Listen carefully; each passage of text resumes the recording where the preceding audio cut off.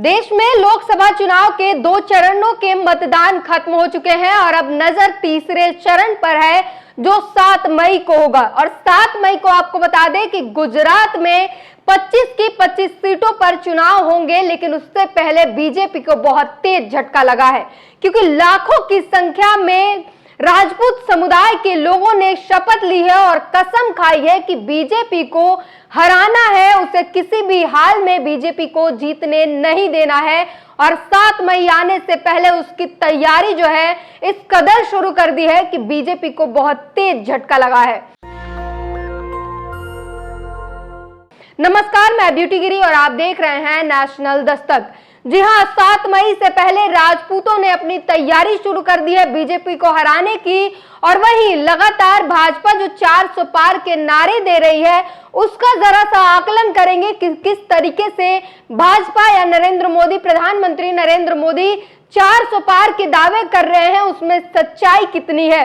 क्योंकि राजपूतों ने जो ठाना हुआ है और इसके साथ साथ दलितों, आदिवासियों ने जो ठाना है, तमाम देश के जनता, किसान, महिला, युवाओं ने जो ठाना है, उसकी गणना करने के बाद पता चलता है कि क्या शायद बीजेपी इस बार कहीं 180 सीट लाने में भी मुश्किल ना हो जाए। क्योंकि 400 पार के नारे तो दे रहे हैं, लेकिन जमीनी हकीकत में 150 लाना भी मुश्किल होता हुआ दिखाई दे रहा है। इसीलिए आज आकलन करते हैं। सोचिए, पूरे देश में, ये सिर्फ गुजरात में नहीं, पूरे देश के राजपूत नाराज हैं। जो भाजपा के कोर वोटर हैं, जो सिर्फ भाजपा को वोट दिया करते थे, वो अब लाखों की संख्या में राजपूत चले गए हैं दूसरे खाते में। दूसरे, इसमें कांग्रेस की भी बात करें तो कांग्रेस भी अछूते नहीं है। हालांकि इससे फायदा जरूर हो सकता है इंडिया गठबंधन ने, क्योंकि एनडीए वर्सेस इंडिया गठबंधन जो आज देश में चल रहा है, उससे राजपूतों ने सीधे सीधे भाजपा से किनारा कर लिया और किनारा करते हुए उनने कसम खाई है कि किसी भी सूरत में भाजपा को जीतने नहीं देंगे। उनकी नाराजगी इस कदर है। हालांकि प्रधानमंत्री नरेंद्र मोदी जो है वो लगातार डैमेज कंट्रोल करने में लगे हुए हैं, राहुल गांधी पर निशाना साध रहे हैं और तमाम कोशिश कर रहे हैं जो कि बिल्कुल भी काम आता हुआ दिखाई नहीं दे रहा। और 7 तारीख की तैयारी जो है वो शुरू कर दी गई है। प्रचार प्रसार तो किए जा रहे हैं, लेकिन राजपूतों ने जो है वो तैयारी जोरों शोरों से की है। और कल ही की एक वीडियो बहुत तेज वायरल हो रहा है, गुजरात से आई है, जहां पर वो कसम खा रहे हैं, कसम खाते हुए दिखाई दे रहे हैं कि वो भाजपा को नहीं जिताएंगे। और इसीलिए बताया जा रहा है कि भाजपा को वोट बैंक में बहुत बड़े झटके लगे हैं और इससे कहीं ना कहीं थोड़ा बहुत इंडिया गठबंधन को फायदा जरूर हो सकता है। चाहे उनके खाते में ये सारे वोट जाए न जाए, लेकिन अगर भाजपा के इतने वोट कटते हैं तो उन्हें फायदा हो सकता है। ऐसे तमाम लोग सोशल मीडिया पर विश्लेषण करके बता रहे हैं और ये भाजपा के लिए बहुत बड़ी चोट है। अब वहीं अगर बात कर ले दलितों, शोषितों की, तो अब सोशल मीडिया पर लगातार ट्रेंड कर चल रहा है भाजपा हटाओ आरक्षण बचाओ। क्योंकि लगातार जिस तरीके से हमले किए गए हैं, पूरे 10 साल के कार्यकाल को निकालकर बताया जा रहा है कि किस तरीके से संविधान को खतरा है अगर भाजपा आती है, तो किस तरीके से आरक्षण को खतरा है, किस तरीके से तमाम चीजों को, जो युवाओं और महिलाओं के साथ अपराध बढ़े हैं, उससे जो है निजात नहीं मिल पाएगा अगर भाजपा आती है तो। और इसीलिए जिस दिन वोटिंग का दिन होता है, उस दिन अगर आप सोशल मीडिया देखेंगे, उस दिन अगर आप ट्रेंड देखेंगे, ट्विटर ट्रेंड, तो उस दिन ट्रेंड करता है no vote to BJP, no vote for BJP. हमने आपको बताया भी था, उसका ट्रेंड दिखाया भी था।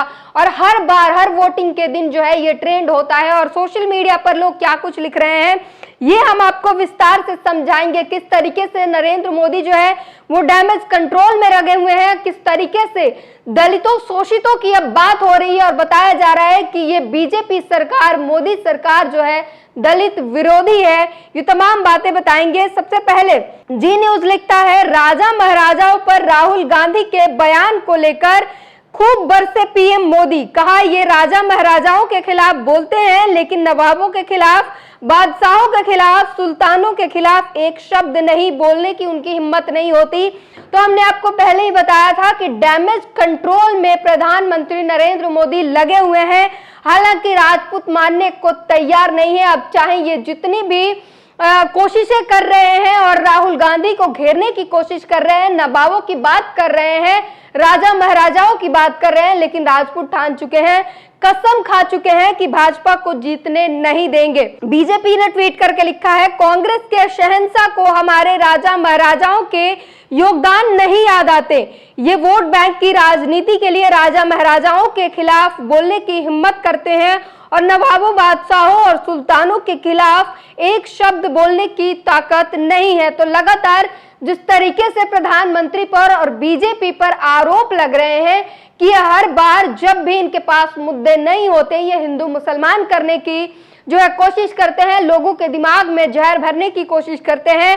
और इसी तरीके से एक बार फिर प्रधानमंत्री ने बयान दिया, राहुल गांधी को बताते हैं कांग्रेस के शहंशाह जो है राजा महाराजाओं पर बात करते हैं, नवाबों पर बात नहीं करते। और इस तरीके से वो एक बार इनडायरेक्टली फिर से लोगों के दिमाग में हिंदू मुसलमान भरना चाहते हैं और साथ ही साथ जो उनका डैमेज हुआ है उसको कंट्रोल करने के लिए, डैमेज कंट्रोल करने के लिए जो है लगातार बयानबाजियां कर रहे हैं। अब बात कर ले रैलियों की, जो 400 पार की आंकड़े की बात कर रहे थे, तो इसमें अब रैलियों की बात कर लें तो रैलियों में जिस तरीके से एक तरफ हम सुनीता केजरीवाल की फोटो देखिए और दूसरी तरफ जो है गृह मंत्री की फोटो देखिए और उनकी दोनों रैलियों की लोगों की कंपेयर कीजिए, कितने लोग आपको दिखाई दे रहे हैं।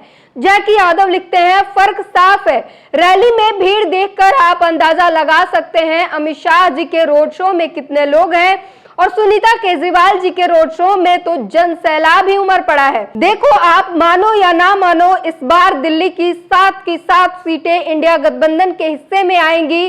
दिल्ली वालों के चहेते मुख्यमंत्री को जेल में डालना इन लोगों को बहुत ही भारी पड़ने वाला है। तो इस बार ये बताया जा रहा है कि केजरीवाल, अरविंद केजरीवाल को दिल्ली भेजना बीजेपी के लिए ही नुकसानदायक है, क्योंकि दिल्ली की 7 सीटें जो है वो इंडिया गठबंधन के खाते में जाएगी। और वहीं जनता की अगर राय जाने तो जनता की तरफ से भी पब्लिक ओपिनियन में जो कुछ रुझान आता है वो भी हम आपको बताते हैं। अब भाजपा ने एक और ट्वीट किया है और उसमें क्या लिखते हैं, आज आप एक बार नारा लगाइए और बोलिए, गरीबों की सरकार मोदी सरकार, SC ST और OBC की सरकार मोदी सरकार, विकास को समर्पित सरकार मोदी सरकार, युवाओं की सरकार मोदी सरकार। और इस तरीके से तमाम महिलाओं, टूरिज्म, किसान कल्याण और भारत आधुनिकता पे बता रहे हैं कि मोदी सरकार ने काम किया है।